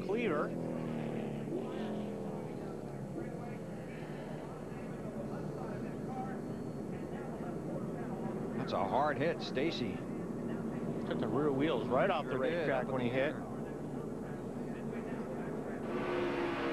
Riding with Kyle Busch. Ooh, nice job. Very nice. By Leffler as well. That's the car of Todd Cleaver, being attended to by the safety crew here at Richmond. Oh, 13 caution flags, the same as they had in May. From the Richmond International Raceway on TNT is brought to you by Best Buy. Thousands of possibilities, get yours. By Haviland. Use the oil engineer to go the distance. Haviland, race-proven protection. By Craftsman. Craftsman tools are the official tools of NASCAR. Craftsman at Sears. And by Ruby Tuesday. Simple, fresh American dining. Still under caution here at Richmond. Sunoco, the official fuel of NASCAR, has teamed up with the Orange County Choppers to benefit the Victory Junction gang. If you like to win the bike, log on to victoryjunction.org and look for the camp sweepstakes or pick up entry materials at any of Sunoco's participating retailers. Downstairs to Dave Burns. And Stacy Compton knows full well when there's only room for one car. I take it you believe that your car had the position? Well, I ate it for the Kingsford 40. The guys worked awful hard. We had a good race car, and we kept marching to the front. Every time we'd get a caution, we'd come in, get tires on, and we'd start marching to the front. And I don't know what happened. I just need to wait and see it, I guess. I think I know, but it's just a shame. I hate it. We had a good race car, and not meant to finish tonight. All right, Stacy's car is here in the garage area, and taking a look at it now. He got it just too late for him to get a look at it, but obviously the 36 involved there, and Stacy lost that one, Bill. Boy, you're not kidding. That's a hard hit, Dave. Frustrating year for Stacy. And a frustrating night. Out of the race right now, scored in the 33rd spot. Well, Kevin Harvick has really put on a show tonight. Lights are out on the pace car. 1 to go. Down to Allen. Just to finish telling that story about Reed Sorensen that I started to before the crash, Bill. As you were saying. Yeah, he got a pit road speeding penalty on his pit stop at lap 116. He went back to 32nd place. And all of these places he's picked up on the racetrack to get him up to where he is now in 7th, he's picked up on the racetrack. No strategy, no anything like that. He's passed all those cars on the speedway. Think he got a little confidence after last week, despite the fact they ran out of fuel, Alan? I think he's got a good race car underneath him, is what he's got tonight, Bill. Confidence doesn't hurt anything, no, does it? Sure doesn't. Put their guy up front in California last week. The NEXTEL Cup race didn't work out the way they hoped. All right, Harvick, Biffle, Menard, Kenseth, and Wimmer. Or Harvick and everybody else. Pretty much looks like it tonight. Oh, again, is this a new record? We tied for the record now? We just tied it. There's Leffler. Was Musgrave in that? There's Ash. These guys have had a brutal year.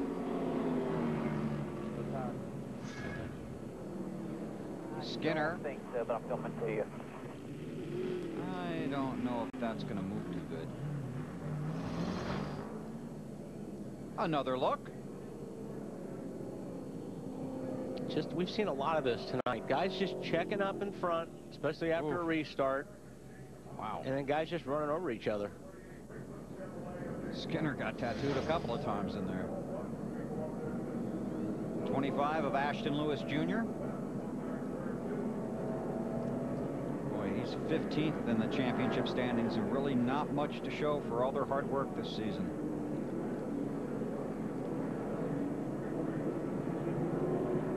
Previous caution, Todd Cleaver in the 06, treated and released from the infield care center.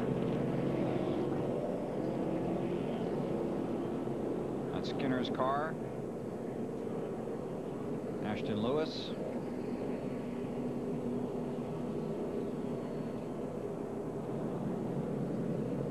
Fans, be sure to race to your mailbox and find your blue Valpak envelope full of savings and a chance to win the VIP Grandstand Getaway. Valpak, there's something in it for you. Our 14th caution period. That ties the record here at Richmond. And we might not be done. Kevin Harvick finished Finishes 40th or better tomorrow night. Clinches a spot in the chase for the NEXTEL Cup. His first time in it. His Richard Childress Racing teammate Jeff Burton needs to have a little better night. But that's tomorrow. Harvick still trying to get it done tonight, Alan. Now, Bill, let's talk about tomorrow just for a minute, about Kevin Harvick. I spoke with him at length earlier this afternoon about trying to clinch his place in the chase. And although it's 40th or better for Harvick tomorrow night to be in the championship, he says that this last month or so, this last couple of months, has been very nerve-wracking. While a lot of people have tried to downplay the pressure of trying to make the chase for the NEXTEL Cup among drivers when they're interviewed and they speak in public, Harvick told me today that he said it really has been stressful. You're just afraid of having that one hiccup, making that one mistake that ruins an entire season's worth of work. I asked him if he'll be paying attention tomorrow night to his situation when cars fall out of the race and what he needs to do to be clinched. He said, not at first, but it won't take long. Yeah, like lap 2, you think? Yeah, maybe a little bit farther than that. And we've been talking about that. We had some fun with it last week about them all putting on the happy faces. And we're like, I know better. I know what these guys are feeling like, and they're feeling the pressure. That's all they think about, because that's all people ask them. And just talking to some of the guys in the garage, it's not only the drivers, but it's the crew guys as well. And as one guy was telling me, no matter how hard you work on what you're doing and you're not thinking about it, it's still in the back of your mind, just rattling around back there. You can hear it almost 24/7.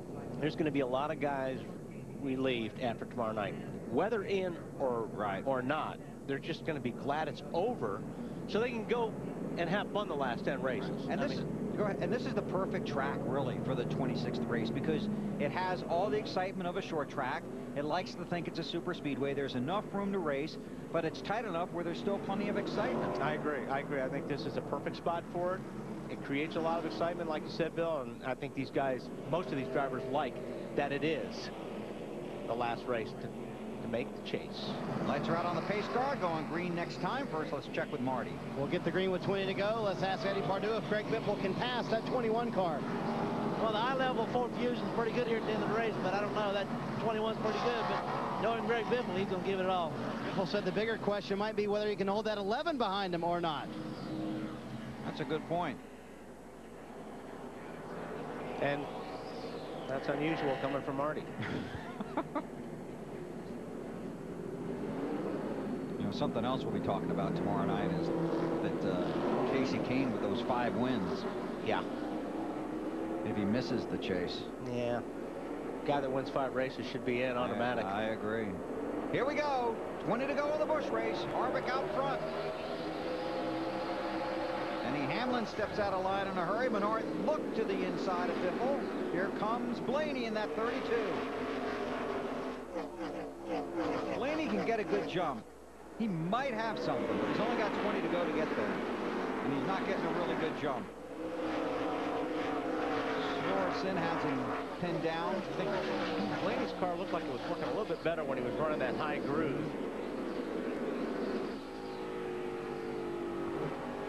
On board, Hamlin looking forward at Blaney and Sorensen. You're going to run that bottom. You got to be good right through the center. You got to be able to make up all your time right here, so when you get off the corner, you're at least side by side with the guy. What's happening now is getting off the corner, and the guy he's racing is pulling away from him, getting off the corner. So Dave's car is just not getting through the center the way it needs to pass these guys running that bottom line. The 25 of Ashton Lewis has gone behind the wall. Kenseth working over the 11 of Menard. Hamlin's in this mix, Dave. And they ran this car earlier in the year at Phoenix and Richmond, Bill, but it was not good. They tore the whole thing down. In fact, crew chief Dave Rogers and the crew chief for other crew chief for Joe Gibbs Racing, Jason Ratcliffe, spent 3 days on the Trable trying to work on their short track program. They put this car back together again, changed the suspension geometry, and it's run very well for Denny ever since, including tonight here at Richmond. In their 3rd spot, Kenseth is trying to take it away from Paul Menard in that 11 car. Both driving in deep.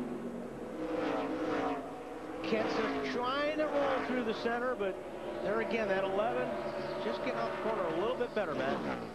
Wally under the last caution. Matt told Jimmy Finick he felt like these cautions late could actually be a benefit for the way his car is handling. Gives him an opportunity to go on some short runs. The car seems to get a little more grip after each caution when the tires pulled out. He had third, then lost it. Right now he's trying to get it back, diving underneath the 17th. Menard's got to be careful. He went in too high that lap. And Kenseth just worked and worried him in the mirror, and Paul just went in the corner a little bit too high. It's like Jerry Robertson went in the corner a little too high too. You stay under green. And Menard really has come on, especially the second half of this season. But that's the experience of Kenseth working on a guy that doesn't have as much seat time. Yeah, I agree, and I think, like I said, it just looked like he turned in. His line getting into one was just a little bit too high, and he couldn't get the car down, and Kenseth was there. There's Wimmer running that high line, trying to keep Sorensen behind him. I don't know if he will be able to, but Wimmer's done a good job tonight. Boy, it's been fun to watch. Good for him. Reed underneath. Great qualifying run in the Cup car today. Outstanding. Starts in the top 10. Up front, Harvick by about 6 seconds over Biffle. Nothing happening there. This is for 5th. Sorensen has it. Then Wimmer, and then on board with Hamlin. And Hamlin's going to get a position, it looks like. Allen? And Bill, they continue to regroup on this 41 team. Reed Sorensen picked by many to be a championship contender at the start of this season, running double duty, both the NEXTEL Cup and Busch Series this year. But the first half of the year just did not go well. They made some progress around mid-season on their cars. Now Sorensen comes into this race with a pretty good run over the summer, and is looking for another top 5 here tonight to go with a couple of second-place finishes he's had in Indianapolis and Phoenix. And Allen, it's hard to remember. You got to keep reminding yourself he's young. Yeah, very, very young. In fact, Reed is just 20 years old. And for a kid to have that much talent at that young an age says the future is bright. I don't know about you, but when I was 20 years old, I wasn't at the top level of my profession. No, sir. Yeah. And you still aren't, Alan, but... not as long as I'm working with you, Wally. Oh! Good job, AB. Hamlin is trying, but I'll tell you, Wimmer has been really tough on it. Oh, and Hamlin slips a little bit. The 3 wide getting off the 2. Oh, this is fun. Blaney inside. Wow, Blaney slides up the racetrack. Good job keeping it off the 66 car. Blaney's now going to try him inside again, Marty. And Wimmer is in survival mode. Remember, they haven't pitted since lap 148. Those tires are very old. He has a tight race car, no grip out there. He told the crew a little while ago, guys, I'm sorry, I just can't keep up with these guys.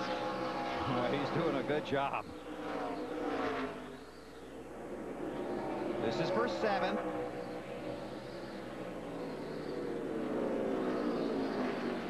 Harvick is pulled out to an 0.8 of a second lead over Biffle. Then it's another 3 seconds back to Kenseth in 3rd. Just good racing right here. Dave runs up the track a little bit. Just enough for Wimmer to have to just crack out the throttle a little bit. But hey, 5 laps to go, you got to do what you got to do. Yep.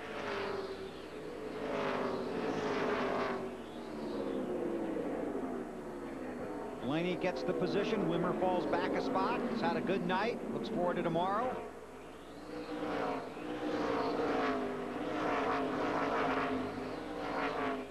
But this guy,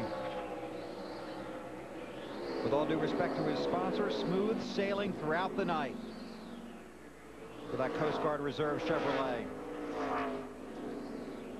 This will give him about a 9,000 point lead going into the next race.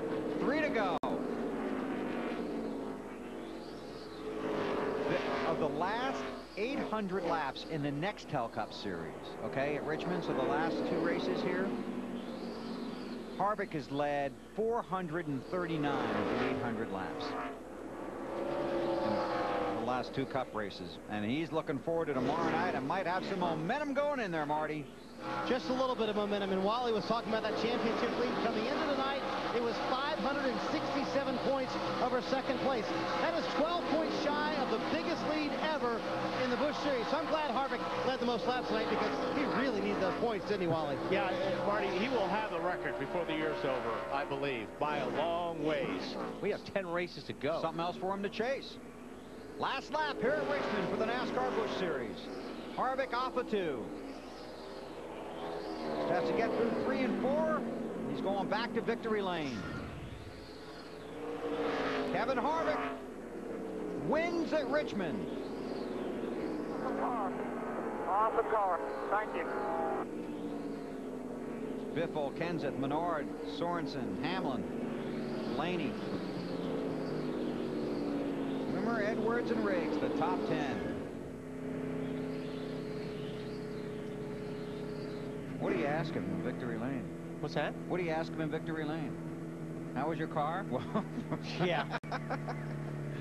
Let's start with Marty and the crew chief. I think you asked him about this undefeated race car. 3 races for this car, Shane. 3 wins. Can you take it everywhere you go? Oh, no, it's definitely a short track car, but I just got to thank everybody at RCR for helping us build this car, and everyone, you know, it's a little bit different. We worked really hard to just make a really good short track car, and it worked out. Obviously so. I think you're in the lead in the Busch Series point standings, too. I think so. Just by a little bit. Kevin Harvick with his 3rd straight Richmond win, Bill. The NASCAR.com Superstore invites you to save 10% right now on its entire selection of merchandise. To get your discount, just enter promo code TNT when you check out. The biggest season-ending point margin in the NASCAR Busch Series between first and second, 616 points. That was in 2000 when Jeff Green beat Jason Keller. 619 now. So it's 3 points bigger than the all-time biggest margin. With a lot of racing to go. Yeah, there's a lot to go. Green had 7 a record to go. 25 top 5 finishes that year. So Kevin Harvick's hunting for victory lane. 3rd straight win in the NASCAR Busch Series for Harvick. Ties the record held by Harry Gant. Not that Harry's watching tonight. Marty, you doing something down there? I've caught up with Biffle, who finished his 2nd tonight. You told me slowly through the field was the key, but you fell back as far as 34th one time. How slowly did you have to go through the field? It wasn't very slow tonight. You know, the Merrick, the high-level Weyerhaeuser car was really good. You know, and Eddie and all the guys just did a great job on this pit crew. I'm just so happy that this team's come together like this. We're having great runs in the Busch Series. We took 2 tires and just couldn't beat Harvick with 4. You know, I'm sure, I mean, you can always say after the fact, I'm pretty sure we'd have been able to do something with him with 4 tires, but with 2, I just couldn't quite get there. And just, you know, excited for everybody who's helping me on this Busch thing, AmeriQuest and then Cub Cadet, everybody. It's been a fun year in the Busch Series, and hopefully a few more runs like this. You got the sponsor right, and he finishes 2nd tonight. Matt? And Matt Kenseth. Lap 5 had a flat tire. Nice way to bounce back, Matt. Did the late runs or the cautions help you? It helped us because we had something with that last set of tires. It just it was turning pretty good most of the night, and it was super tight, and the tires just chattered even under yellow. So in the short run, my tires have kind of gained some grip, and I could run, you know, 7 or 8 or 9 laps, you know, pretty respectable, and then just start pushing. So Jimmy did a great job with his car. You know, we didn't have it as good as we needed. We weren't as good as a 21 no matter what, but we still got a good finish out of it. Such an impressive run. His 7th top 3 finish in 14 starts here at Richmond. Alan? 4th place tonight was Paul Menard. Nice drive up from 16th place, Paul. Thank you. You know, the car was a little bit tight all night, all during practice, all through qualifying, so pretty happy with 4th place. First 10 laps or so, it really could not get going, but after about 20 laps, probably the fastest car on the track. It really set sail then, but just didn't nose off like everybody else. But, you know, hats off to Pops and everybody on this Menards team to, you know, totally change the car over and get it run pretty good. A 4th place run tonight for Paul Menard. 3rd straight top 10 here at Richmond. Bill? Thanks, Alan. Kevin Harvick with his 23rd NASCAR Busch Series win takes sole possession of 4th place all time behind Mark Martin, Jack Ingram, and Tommy Houston. And he's celebrating a win in Richmond tonight. Here's Dave Burns. And you've mentioned it already, ties handsome Harry Gant for 3 in a row here. 4 other drivers who have swept the season here at Richmond. Pretty good night for you. Yeah, this U.S. Coast Guard Reserve Chevrolet was really awesome. Got to thank Richard Toccato, Snap-on, everybody that's a part of our Busch program. This thing was awesome tonight. hate it for Jeff Burton. Their car was really good, but once they had the trouble, we were pretty much on it. You came in as the favorite. Everyone was gunning for you. Everyone knew they had to go through you, and you guys came through. Well, that's hard to do. I mean, in this sport, the Busch Series and the Cup Series are so tough, and everybody runs so good. To have a car like we had tonight was obviously a lot of fun to drive, but this thing is 3 for 3. It hasn't lost a race, so this thing right here is doing a job, and I'm just getting to ride it. Now, Shane already told Marty that you can't take this everywhere, so I'm sorry, this is only a short track car. And Richard Childress coming in now. You told me to give you a kiss. But... whoa, whoa, whoa, okay. Yeah, easy on that now. Delaney, you want to come in and give him a kiss? Because that's okay. That's, why can't we take this everywhere? Well, Shane said you couldn't, so y'all have to discuss that. All right, well, we're going to have to get some stuff straightened out. We talked about Thunder style. We talked about you tying a few people here, Harry Gant and 4 other drivers. As far as Richmond goes, no driver has ever won the NASCAR Busch Series Championship and the NEXTEL Cup Championship in the same season. And tomorrow, you look a little forward toward that. Well, tomorrow's obviously a pretty stressful night. You know, we got to finish 39th or better and do what we need to do in our Jim Goodwin Chevrolet. So hopefully we can accomplish that and get down to racing for a championship. Hopefully after tomorrow night we can all breathe easier. And when you run well in this car, I mean, does that take the weight off today? Well, I mean, it gives you something to do while you don't have time to sit around and worry about what's going on the Cup car. So you got time to relax and come over here, and you know, fortunate that the point lead over here we can go for wins and race as hard as we can. So it is a stress reliever. They went for it. They got it. Now go get your kiss. Kevin Harvick in victory lane again at Richmond. Alan. Well, with all due respect to the winner, this guy gets my nod for Racer of the Night. Reed Sorensen, you were back in 32nd at lap 116 after a penalty and raced your way to 5th. What a night. Yeah, it was a longer night than we had wanted. We had a really good car. I don't think it was good enough to win, but good enough to run top 5, and the guys really had really good stops all night long, and I just messed up there leaving pit road. Having that second stall, I just gunned it and went as fast as I could, and they caught us for speeding. So I haven't got caught too many times, so I told the guys I'd do the best I could to get back up front, and they gave me 2 more really good stops, and we got up to 5th. How many cars do you think you passed tonight on the racetrack? Because it must have seemed like a lot. Well, hopefully we won't have to pass as many tomorrow night. It'd be nicer to get up front and stay up there, but it's a lot of fun racing here. Most of the guys race really clean, and definitely 2 grooves of racing here, and it's a lot of fun. And finally got another top 5 for my sponsor, Discount Tire, and the Busch team. Those guys worked really hard, and I really like this track. It's a lot of fun. It's going to be really exciting tomorrow. We'll keep an eye out for you then. Thanks, Reed. 5th place for Reed Sorensen, Bill. Thanks, Alan. Kevin Harvick's 5th win of the season. He has 17 top 5s and 24 top 10s. Amazing. Good run by Blaney. Big night for Biffle. Carl Edwards got him a top 10. Scott Riggs continues to show form second half of this season. Danny O'Quinn, top 15 finish. 27 cars finish on the lead lap here at Richmond tonight. Lots of yellows tonight. Lots of bent race cars. Tied the record for cautions at Richmond with 14 of them. 619. So does Harvick run all the races, all the Busch races? He doesn't have to. Right. That's for sure, but he will. But if he gets like neck and neck for the championship in the Cup Series? Yeah, he will. It's too much fun winning races. I mean, if he's out there with a car like that, he's having a great time. So, sure, why not? Why not rub it in a little bit more? He's definitely having a great time. Tomorrow night, we will decide the field for the NASCAR NEXTEL Cup Chase for the Championship. We'll bring you all the drama on TNT starting at 7 p.m. Eastern with the Bank of America Countdown to Green. Next on TNT in the East, Clint protects the president from being in the line of fire.